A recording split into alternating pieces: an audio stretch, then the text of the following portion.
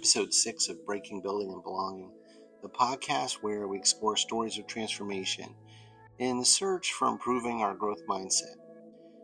We want to form and improve our connections to build a better life, and I'd like to help you with that. I'm your host, John Johnson, and the author of this book. Today's episode is another deeply personal one. It's a dark one, just like the previous character portrait that we shared, and I'll be reading a chapter called Bullies, Blades, and Buoys. This chapter takes us through moments from my childhood, again, times marked by loneliness, heavy challenges, but it also talks unexpectedly of glimmers of hope from the unlikeliest of places. So as I read, what I want you to do is reflect on people, places, or even the smallest gestures that you've come across in your life that served as buoys for you, keeping you afloat when the waves felt overwhelming. And so I open up this chapter with a lyric from a Fabulous Poodles song called Mirror Star that I was introduced to long after the events of this took place when I was a much later, older teen. And the lyrics go like this. He was a lonely boy, no good at sports. He couldn't run, his legs were short. He walked the streets inside his head and spent a lot of time in bed. I cracked open the medicine cabinet and stared, as I often did, at the 2-inch slot in the rust-tinged metal. It was found between where the glass shelves were supposed to sit. The medicine cabinet was a rectangular box inset into a bathroom wall, for those of you that aren't familiar with medicine cabinets. And from its perch above or beside a sink, one would open the hinged mirror to find a storehouse for toiletries, toothbrushes, toothpaste, and medicine.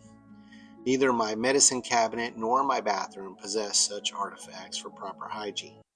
The sole contents of my cupboard were the tiny roach droppings perched on the worn metal. At the back of the cabinet, etched just above the slot, were the words, razor blades. Without toothpaste or a toothbrush to occupy my time, I liked to open the cabinet to stare at that hole and wonder what was in the wall behind it. Were there, in fact, razor blades from the previous renters back there? If I could get to them, what might I do with one? Life wasn't fair. I saw the happy families on TV, men with their vibrant houses full of kids who loved them. Each of them had beautiful, hilarious, intelligent wives. And I thought, that will never be me. And as I've alluded to, the windows in our house at the time did not have good screens, or even glass in many cases, and the warm Florida air would create the conditions as I described. I often wondered if I would survive the night without going mad, while the kids were in the same high school, high potential classes that I was. They just fretted about their grades. They did not worry about the electricity being on the next day. So when I got up in the morning, what to wear was not a challenge, because I possessed only a few articles of clothing. Well, my mom, she did a skillful job of finding clothes at the Big S. That's the nickname I gave it, to somehow mask the name of the Salvation Army. My wardrobe incorporated girl jeans and girl shirts that looked androgynous enough, but buttoned on the wrong side. But Mom, I can't wear this to school. They'll make fun of me, I protested. No, they won't, she reassured. You're so handsome, and this is the style. She was right, partly. It was the style for gorgeous girls who wanted to be like Brooke Shields. It was not the style for my mom's, more accurately, homely and gangly son, because I yearned to dress like one of the boys, or at least more like the beloved 80s preppy sitcom character Alex P. Keaton. In reality, I didn't even aspire to be Alex. I thought his lovesick, forever awkward neighbor Skippy was a worthy goal. So the challenge for clothing selection from the Big S was that boys my age back then were not as prone to indoor life as some of the youth of today. They wore out their jeans well before do-gooders could donate them.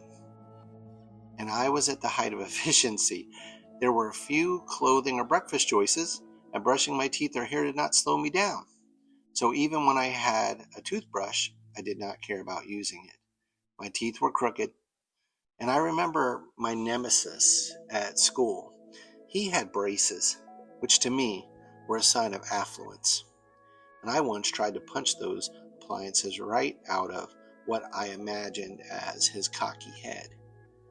And I only failed humiliatingly in front of what felt like the entire middle school. I swung wildly, and he stepped out of the way each time like some nerdy, pasty white Muhammad Ali.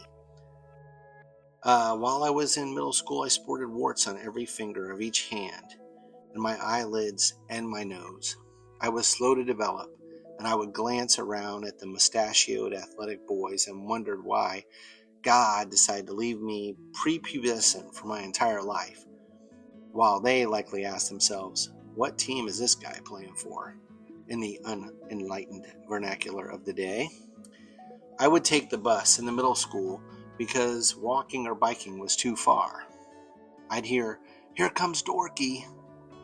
The biggest of the bullies would often belt that out as I approached. He towered over me and acted like I was unworthy of addressing as a fellow human.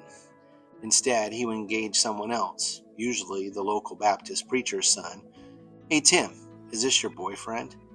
Slightly bigger and starting to fill out, Tim was a friendly enough kid who tried to befriend me at first, but that didn't last long.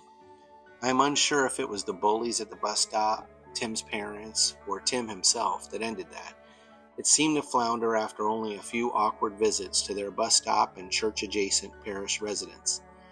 Incidentally, that rejection was beneficial in reaffirming my doubts about a higher power. Not everyone was mean, though. Some kids in school would give me money for my